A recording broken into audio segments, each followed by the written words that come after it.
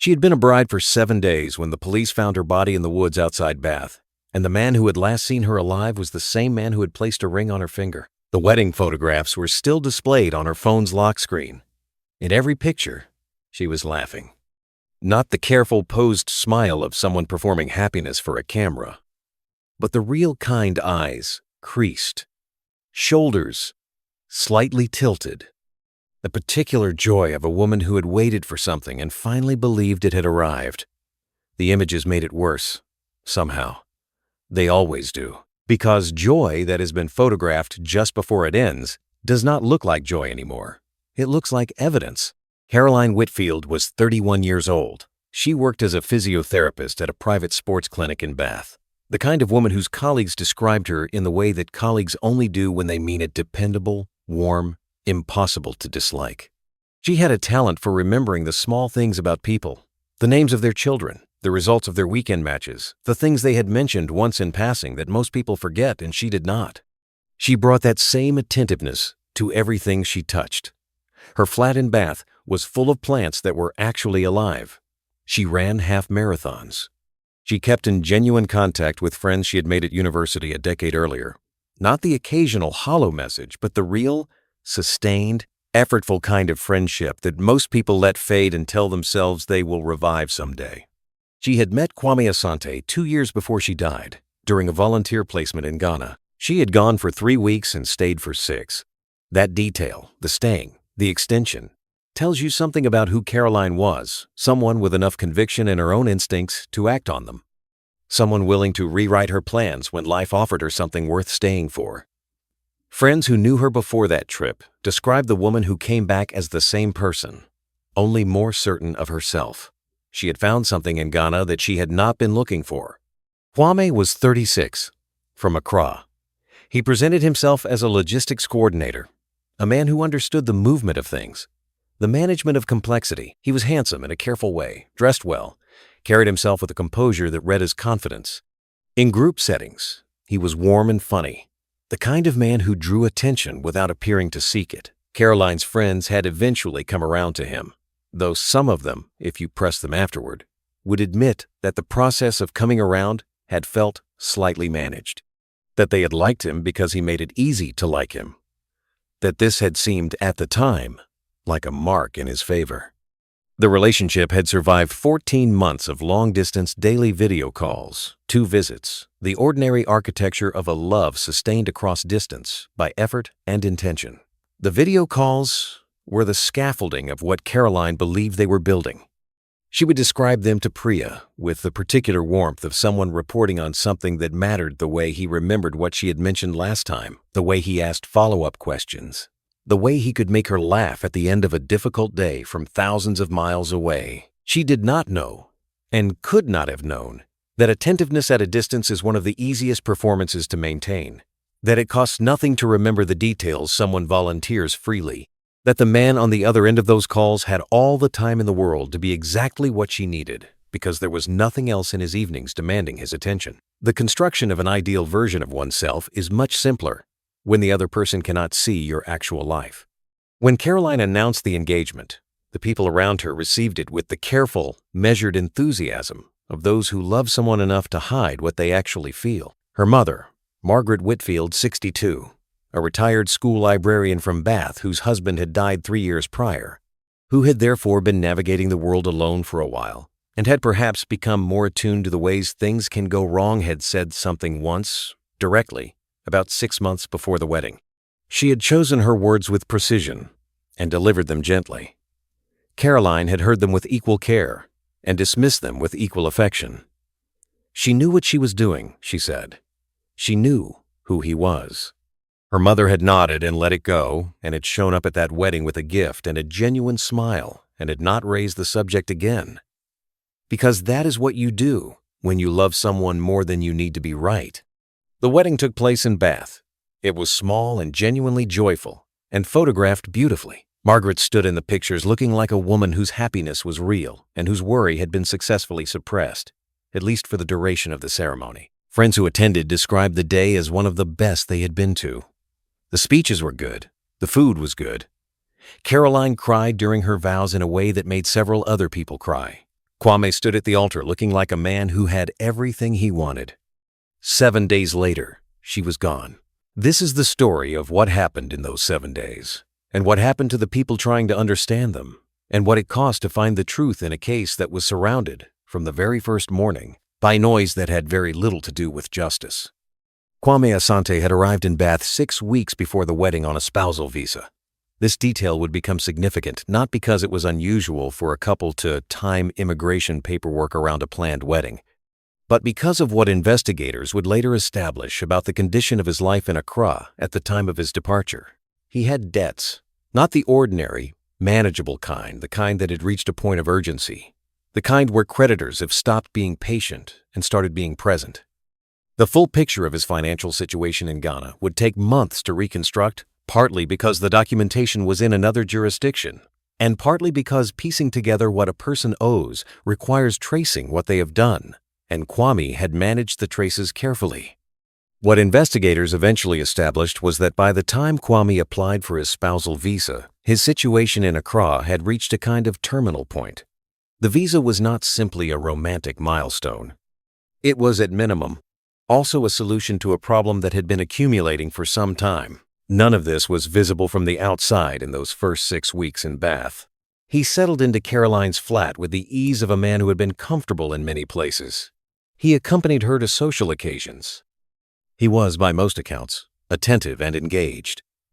Caroline's closest friend, Priya Okafor, 29, a junior architect, the maid of honor at the wedding, spent time with them as a couple on several occasions during those weeks and described Kwame as present, charming, occasionally intense, but never in a way that alarmed her. She would revise that assessment later, with the particular corrosive precision of someone who has had to examine their own perceptions and find them wanting. What Priya would eventually articulate, in a conversation with the family liaison officer several weeks into the investigation, was that the intensity she had noticed in Kwame was directional in a way she had not identified at the time. It had not been directed at Caroline in the way that genuine attentiveness is outward, curious, interested in the other person's experience. It had been directed at specific things: the flat, the financial arrangements, the question of whose name was on which account. When these topics came up, even incidentally in conversation, Kwame's attention sharpened in a way that was subtle enough to dismiss as conscientiousness, and that, in retrospect, was something else entirely. Priya had dismissed it as conscientiousness. She had spent a great deal of time, after Caroline disappeared, thinking about that decision. She had come to understand that the decision had been reasonable. She had also come to understand that it had been wrong. There was one argument, documented because Caroline had mentioned it to Priya during a phone call. It had been about money, specifically about Caroline's savings, a modest but carefully accumulated sum from years of clinic work and cautious spending. Kwame had strong opinions about how the money should be managed, and those opinions, from what Priya could reconstruct, had a specific directional quality. He thought Caroline was too passive about her finances. He had ideas about what should be done with them. The argument had resolved in the way that early relationship arguments often do, through a combination of compromise and the mutual desire to move past it, and Caroline had mentioned it to Priya in the register of mild exasperation, not alarm. That call was logged. It would become part of the case file. In the 4 days before her disappearance, 2 transfers were made from Caroline's savings account. The first was for £4,200 sent to an account in Ghana. The second was for £4,200 as well, £8,400 in total, sent to a domestic UK account that took investigators 6 weeks to trace. The account belonged to a second phone registered under a variant of Kwame's name, a variant close enough to be deliberate, different enough to require work to find. Caroline did not know the transfers had been made. The forensic financial analyst assigned to the case, a quietly methodical man named Owen Tate, 47, with the specific patience of someone who has spent his career reading money as a language, established this by examining the login records for the savings account. Both transfers had been made from a device that was not Caroline's. Kwame had obtained the account credentials during the process of opening a joint account, a process that Caroline had initiated in the spirit of beginning a shared financial life, and that Kwame had expedited with a focus that she had interpreted as enthusiasm and that, in retrospect, had a different explanation entirely. This is where the case becomes something more than a crime, because the joint account had been Caroline's idea. She had brought it up. She had framed it as an act of faith, the practical expression of a commitment she had already made emotionally. And he had responded to that faith by using it as access. The cruelty of it is particular and specific, not the abstract cruelty of indifference, but the precise, operational cruelty of someone who looks at trust and immediately begins to calculate what it can be made to yield. The last person outside the marriage to see Caroline alive was Priya at a post-wedding lunch on day 3. They had met at a cafe near the canal where they had been going since they were both 22, the kind of place that accumulates meaning because you keep returning to it. Caroline had seemed well, happy in the complicated adjusting way of someone who has made a major life change and is discovering what it actually feels like to live inside the choice. She had mentioned that Kwame was quieter than usual, that she thought he might be finding the transition harder than he let on. She had said this with the generosity of someone who believed that the people they loved deserved the benefit of the doubt. Priya had nodded and not said what she was thinking, because she had said similar things before and it had not helped. And sometimes you hold your tongue because you love someone more than you need to be heard. She had hugged Caroline at the end of the lunch and watched her walk back toward the flat. That image, Caroline walking away, not looking back, the ordinary, unremarkable departure of a friend heading home, would stay with Priya for a long time. It stays with her still. Days 4, 5, 6, and 7 passed inside the flat on Lansdowne Road. Kwame's account of those days would be examined in detail by investigators and found to contain inconsistencies that multiplied under scrutiny. Not the large, dramatic inconsistencies of a badly constructed lie, but the smaller, more telling kind, the type that accumulate when a person is maintaining a narrative rather than recalling actual events. He described mornings and evenings in detail that felt rehearsed. He accounted for Caroline's movements in terms that placed her in one location at a time that evidence would later indicate she was elsewhere.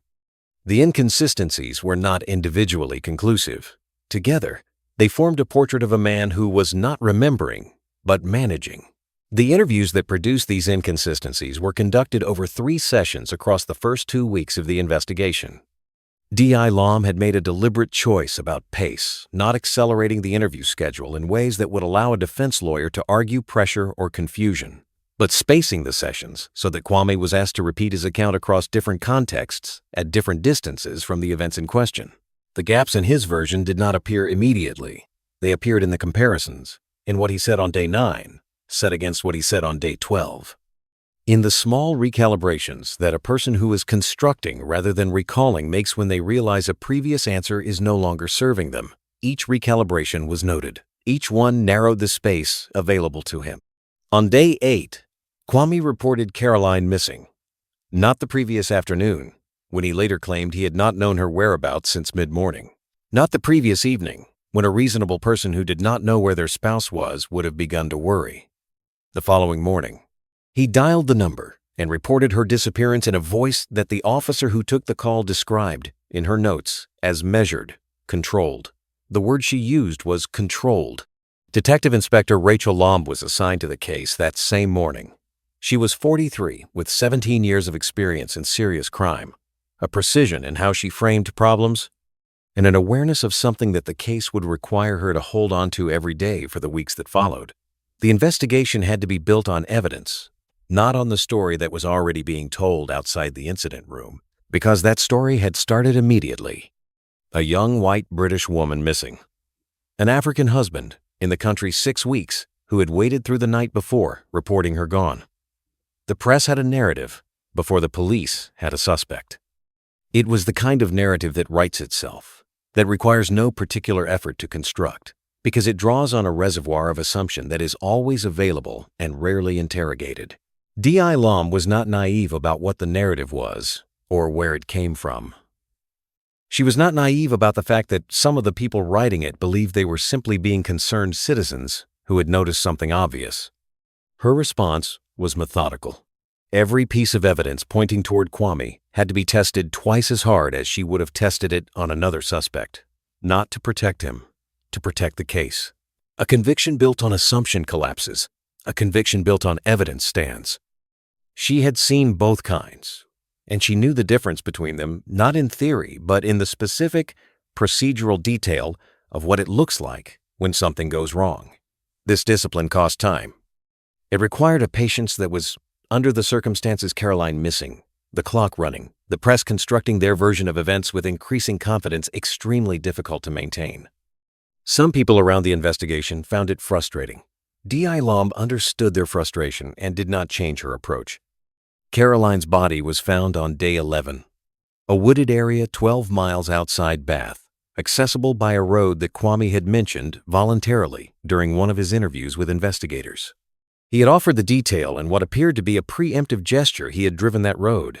Yes, he wanted to be transparent. He had nothing to hide. He had offered it with the confidence of a man who believed he had managed the information correctly.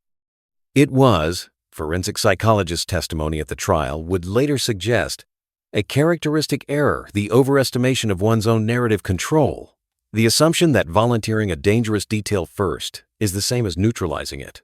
It was not the same. It put him on that road. And when Dr. Fiona Crabtree's report came in, it mattered enormously that he was on that road.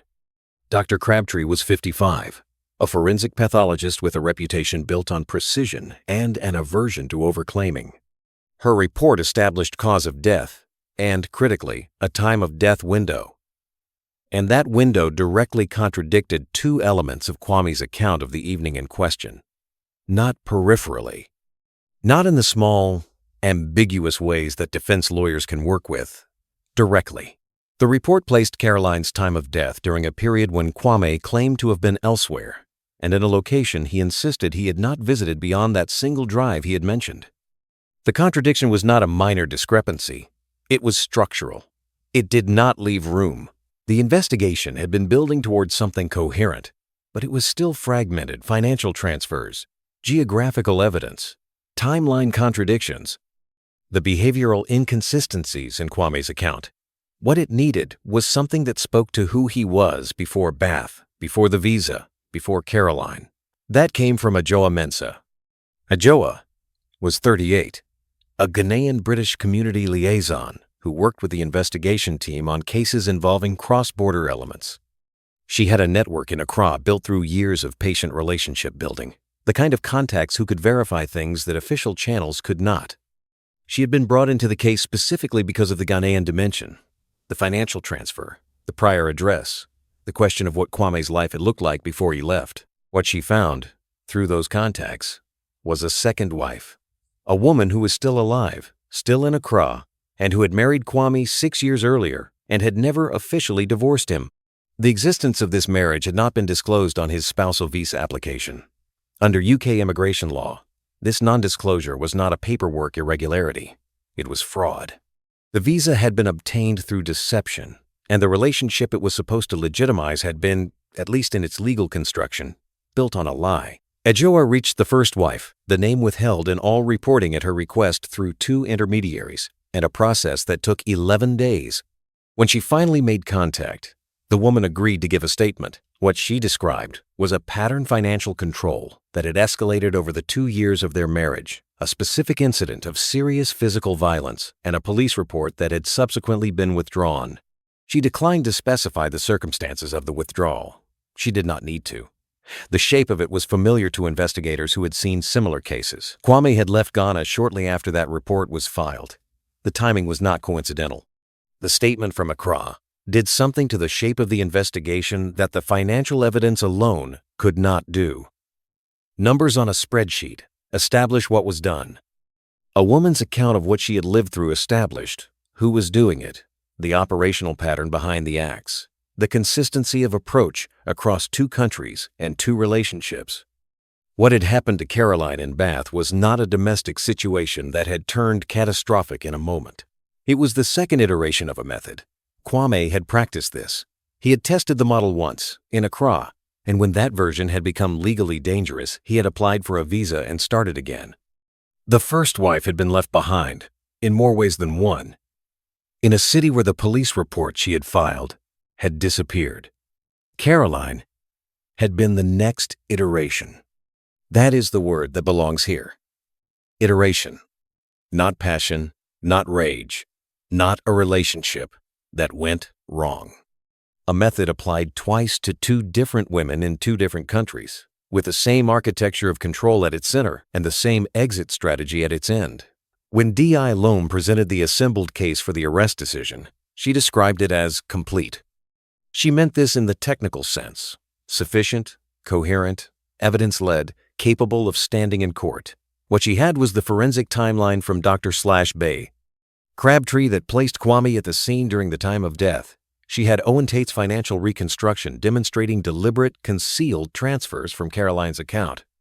She had the geographical evidence, the road he had admitted to, the woods 12 miles from Bath, the body found where the evidence suggested it would be. She had the prior marriage, the fraudulent visa application, and the statement from Accra describing a history of violence that his conduct in the UK had continued. Each element, on its own, was significant.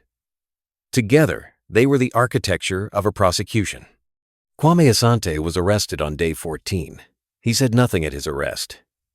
In the car, on the way to the station, the arresting officer noted that he looked out of the window for the entire journey, not at his hands, not at the officers, not at the road. Out of the window, at the countryside moving past, with an expression the officer described as difficult to read, not distress, not defiance. Something more contained than either. Something that looked, the officer said, like a man doing arithmetic. The trial began in the months that followed, lasting 5 weeks and attracting the kind of media coverage that D.I. Loam had anticipated and had tried, in a pretrial statement, to shape. She had asked specifically that reporting focus on the evidence rather than on demographic assumptions. Some outlets complied. Others had already decided on their story and were not interested in revising it. This was its own kind of injustice, not the same kind that Kwame was being tried for, but the ambient, corrosive kind that attaches to cases like this and makes everything harder and dirtier and more painful than it needs to be. Margaret Whitfield attended the trial alone on most days. Her husband had died 3 years prior, and she had no one to sit beside her. Several journalists noted this in their coverage. She later said, through the family liaison officer, that she wished they hadn't, that she had not gone to the trial to be observed but to be present for her daughter, and that the detail of her solitude was hers, not theirs, and that turning her grief into texture for a news story was something she would have preferred they had declined to do. That statement, those few sentences, contains a dignity that the coverage it was responding to did not always manage. Priya gave a victim impact statement. Court reporters who had covered trials for years described it as the most difficult 4 minutes of the entire proceedings. She had not written it to be devastating. She had written it to be accurate, which turned out to be the same thing. To understand what happened to Caroline Whitfield, you have to understand something about the particular architecture of coercive relationships, the way they are not experienced, from the inside, as coercive.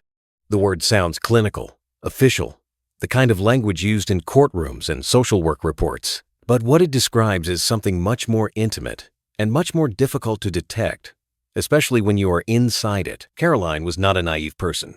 This matters, and it is important to say clearly, because the first instinct when a story ends the way hers did is to search for the vulnerability, the credulity, the flaw in judgment that made it possible.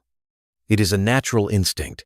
It is also wrong in ways that do real damage to real people. Caroline was intelligent, professionally accomplished, socially astute, and experienced in relationships. She had loved before and been hurt before and come through it. She was not someone who could be easily deceived by ordinary means.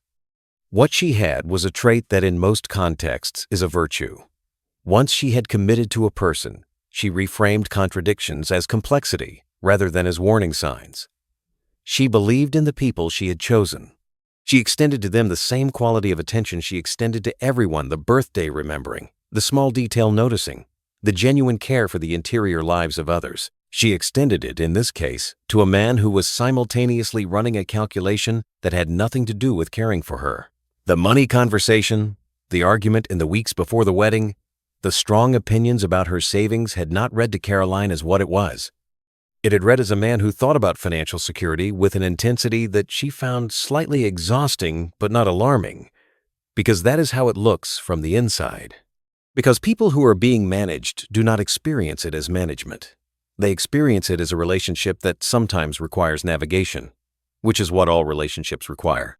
The difference between ordinary friction and the specific friction of being with someone who has an agenda is not visible until you have the full picture, and you only get the full picture afterward.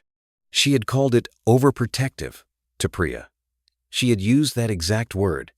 She had said it with a mild eye roll and an evident underlying affection, the tone of someone reporting a quirk rather than a pattern. Priya had heard it as a quirk because in isolation, at that moment, that is what it sounded like. The financial transfers happened in the 4 days before she disappeared. £8,400 moved silently from an account she believed was secure, using credentials she had shared in the spirit of beginning a shared life. She had initiated the joint account. She had offered the access. That is not a failure of judgment. That is what people do when they trust someone. You do not scrutinize the credentials you share with someone you have married. You do not imagine that the person who stood beside you at the altar is currently constructing a secondary phone account under a variant of their own name. You do not imagine it because you are not that person. And the failure to imagine it is not weakness. It is simply the condition of being someone whose interior life does not contain that kind of calculation. The prosecution built its case around 4 pillars, and it is worth understanding each of them separately because each one illuminates something different about who Kwame was and what he had done. The first was the financial evidence. Owen Tate presented 14 days of reconstructed banking activity with the patience of someone who understood that financial crime is not dramatic but is conclusive. The transfers had not been accidental. The device used was not Caroline's.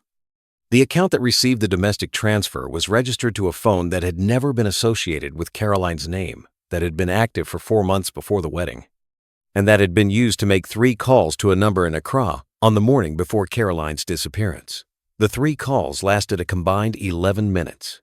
Tate could not say what was said in those calls. He could say everything else, which was enough. The second pillar was the forensic timeline.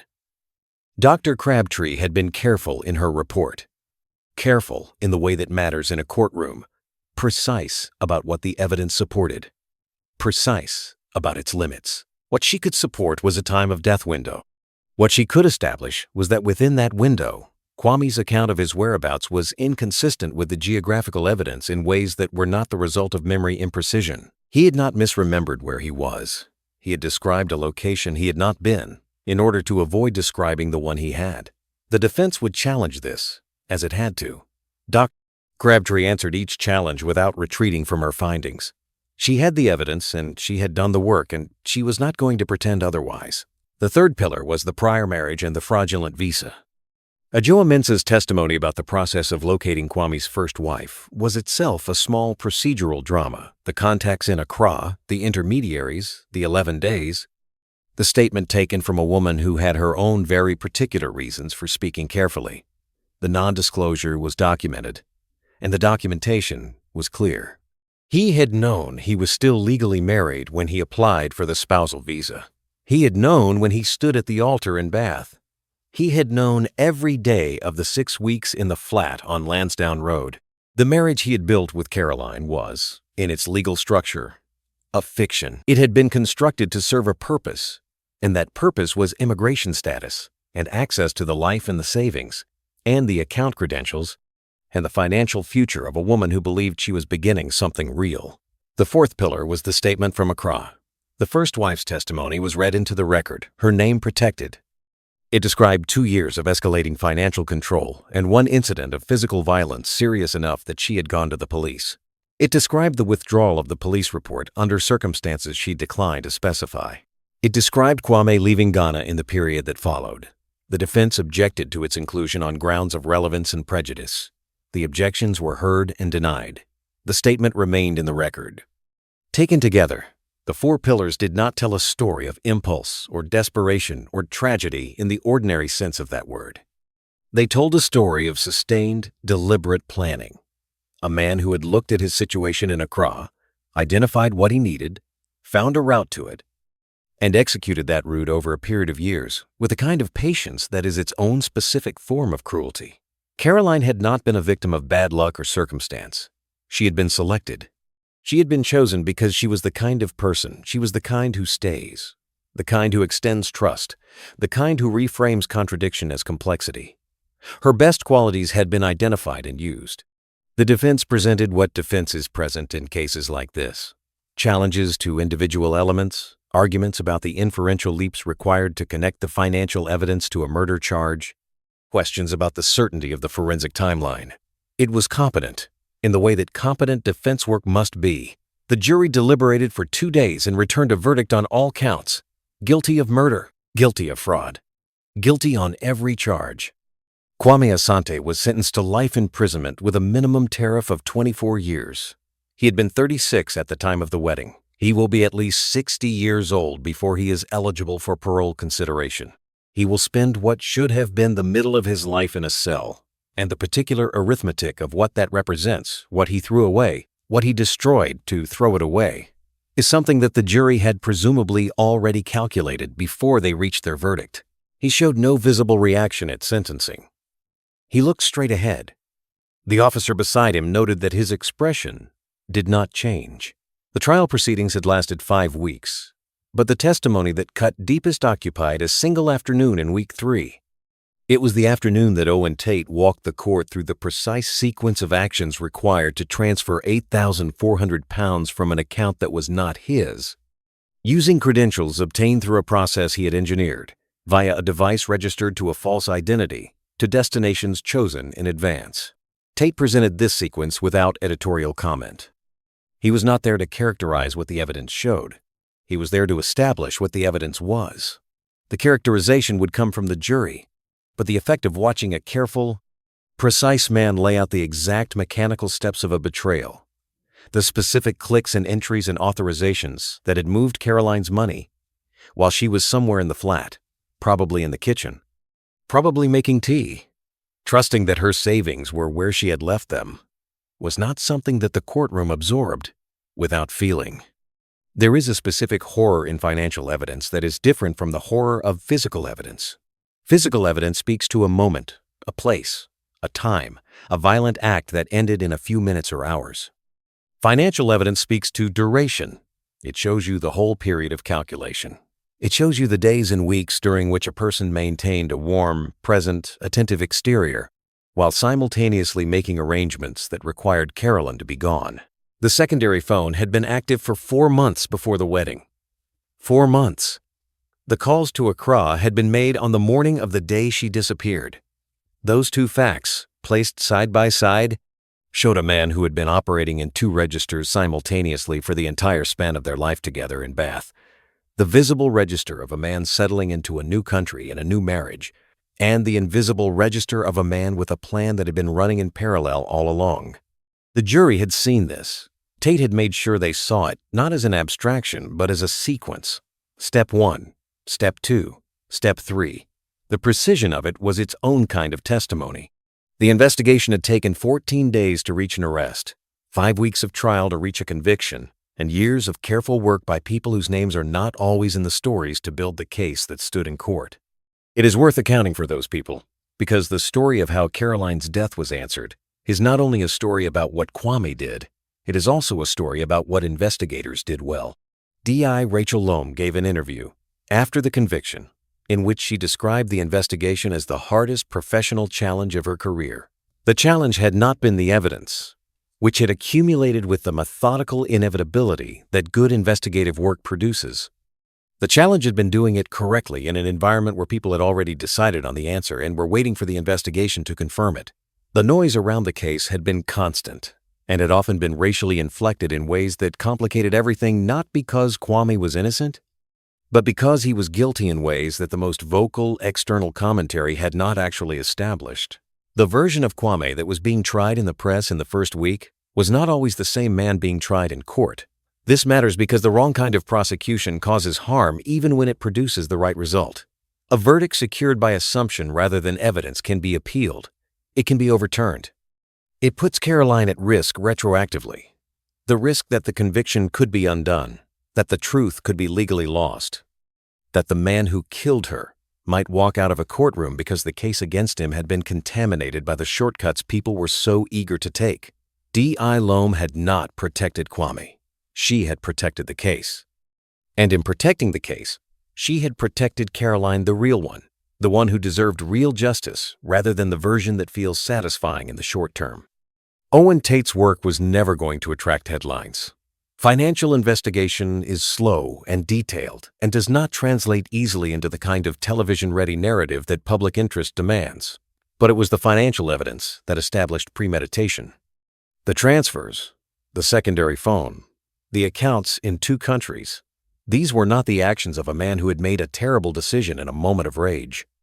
These were the actions of a man who had been planning for some time, who had taken steps before the wedding that only made sense if certain things had already been decided. Tate had built the timeline that told that story, and the timeline was impeccable. Adjoa Mensah had done something that formal law enforcement structures cannot always do. She had gone through her contacts and her relationships and her knowledge of how things actually work in Accra to find a woman in another country who had something to say about who Kwame was. That woman's testimony had not been the deciding factor in the verdict, but it had told the jury something important, that this was not the first time that the pattern had existed before Bath, that Caroline had not encountered something random but something practiced. That knowledge changes the shape of the story in a way that matters. Dr. Fiona Crabtree had stood in a witness box and defended her findings against challenges designed to find the point where her certainty would give way. It did not give way. The time of death window held. The contradictions in Kwame's account held. The geographical evidence held. She had done the work carefully enough that it could bear the weight of scrutiny. And in forensic evidence, that is the whole job. Margaret Whitfield released 4 sentences after the verdict. They were passed through the family liaison officer, who read them to the assembled press outside the courthouse. She said that Caroline had chosen to love someone. She said that was never the mistake. She said the mistake was Kwame's every step of the way, and that she intended to spend whatever time she had left making sure that was the sentence people remembered, not the one that made her daughter sound foolish for trusting. She said Caroline was not foolish. She said Carolyn was her daughter. Those 4 sentences contain everything. They contain a mother who has thought, in the years since the photograph on the lock screen, about how her daughter will be remembered, and who has decided that the shape of the memory will not be defined by what Kwame did to her. They contain the specific refusal to let grief produce the verdict, that cruelty always hopes grief will produce the verdict, that the person who was hurt had somehow brought it on themselves, that the trust was naive, that the love was a failure. It was not a failure. It was a quality. The failure was entirely his, and Margaret Whitfield was not going to let the story be told any other way.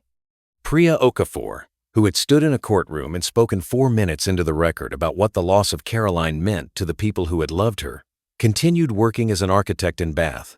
She has not gone back to the cafe near the canal. The case had a procedural afterlife. The spousal visa non-disclosure was referred to the Home Office, whose findings contributed to a review of documentation requirements in international marriage visa applications. That review produced changes incremental, bureaucratic, the kind of change that does not make headlines, but that occasionally, in a future case, might prevent something. Adjoa Mensah continued working with the investigation team on a cold case with similar cross-border elements. The methodology developed in Caroline's investigation became a reference point for subsequent international spousal fraud inquiries. These are the outcomes that exist. They are small, and they are real, and they are not enough. There are things that happened in this case that will remain unresolved regardless of the verdict. They are not legal questions, but human ones, and they do not have the clean finality of a jury's decision. One of them is the question of what Kwame felt. Not what the evidence proves, not what the jury found, but what was actually happening in his interior life during the 2 years that preceded Caroline's death.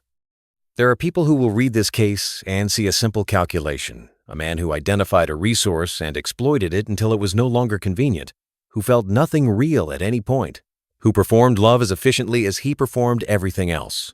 That reading is coherent with the evidence. It is also possibly incomplete. The trial did not fully resolve the question of when calculation became dominant. He had, at various points, behaved with what looked like genuine affection. The people who had observed him with Caroline had mostly found him convincing. Convincing is not the same as genuine, but it is also not always entirely separate from it. The distinction between a man who feels nothing and performs love and a man who feels something complicated and also performs calculation is not a distinction that criminal proceedings are designed to draw. The verdict was the right verdict. The sentence was the right sentence.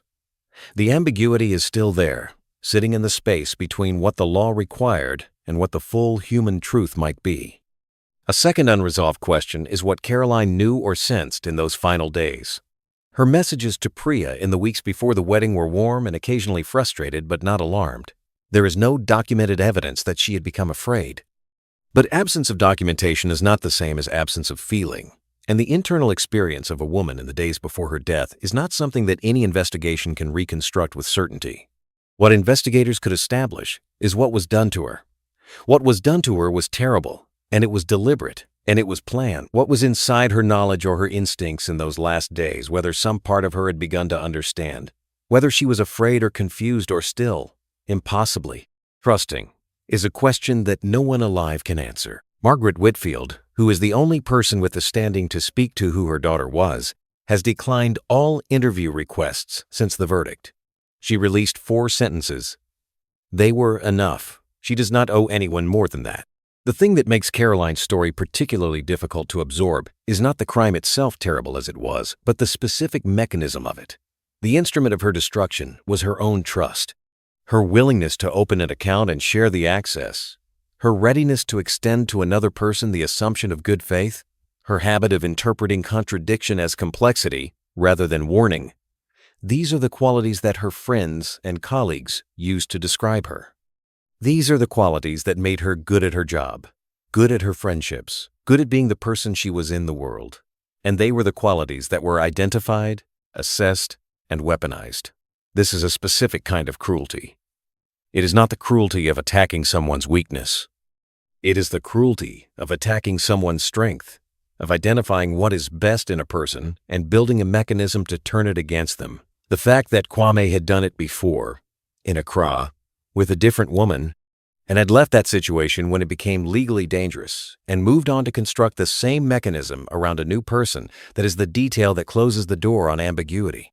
Whatever complexity might exist in the question of what he felt, the pattern of his behavior admits no interpretation other than deliberate exploitation. There is a conversation that happens in the aftermath of cases like this about what the victims could have done differently. It is a natural conversation, and it is an understandable one, and it is, in the ways that matter, the wrong conversation.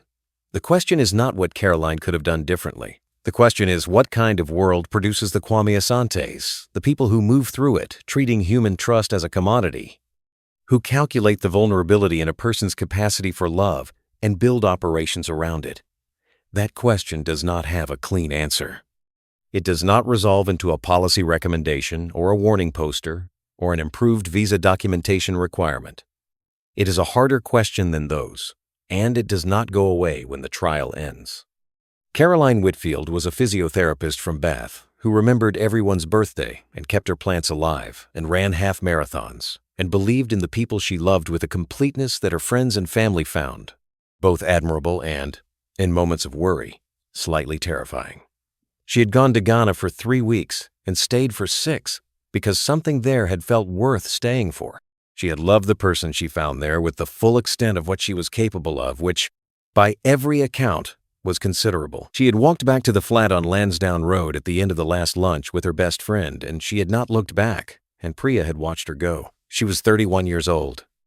D.I. Rachel Loam, in the interview she gave after the conviction, said something that has stayed with the people who heard it. She said that the hardest part of the investigation was not the evidence, and it was not the timeline, and it was not even the noise from outside the incident room, though that had been genuinely difficult. The hardest part, she said, was a morning in week 2, when she had looked at Caroline's photographs, the wedding photographs, the one still on the lock screen, and had understood with a certainty that no longer required any investigative work that the man in those photographs had known, even while they were being taken, exactly what he was planning to do. That the smile in those images, on his face, was real in one sense and completely absent in another. That the joy in them was entirely genuine and entirely asymmetrical. That morning, she said, she had closed the file and gone for a walk around the car park and not spoken to anyone for 15 minutes. Then she had gone back inside and continued working. Because that was what Caroline deserved. Not the kind of justice that moves fast and feels satisfying and falls apart on appeal. The slow kind. The kind that holds. It held. The woods 12 miles outside Bath are still there. The road that Kwame had mentioned, voluntarily, in an interview he thought he was managing, still runs between the city and the tree line where Caroline was found. The flat on Lansdowne Road has other tenants now. The wedding photographs, presumably, are somewhere on a hard drive, in a folder, in the possession of people who cannot look at them and cannot bring themselves to delete them either.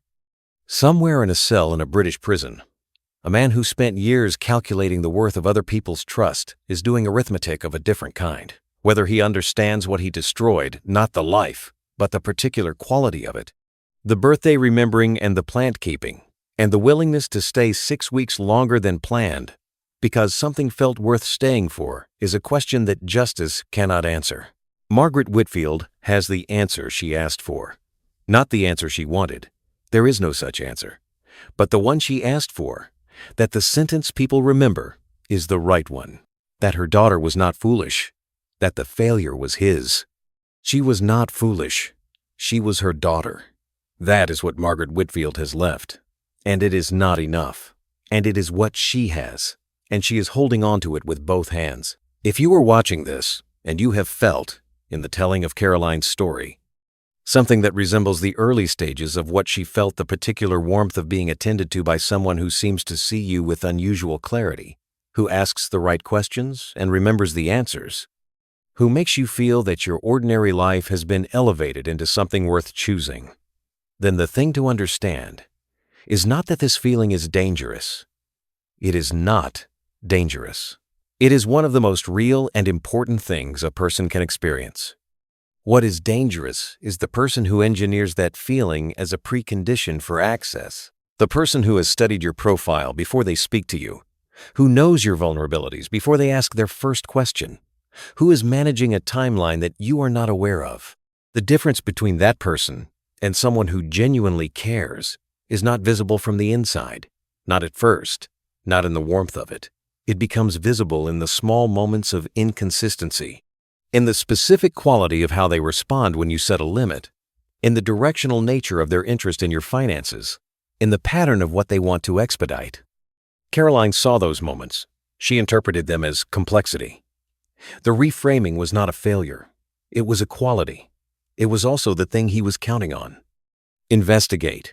Ask the questions that feel uncomfortable to ask. Share the doubts with the people who love you, not to be talked out of the relationship, but to have another set of eyes on something that matters. The people who asked careful questions about Kwame were not wrong about Caroline's love. They were right about the questions. The rest of us owe it to her to ask them.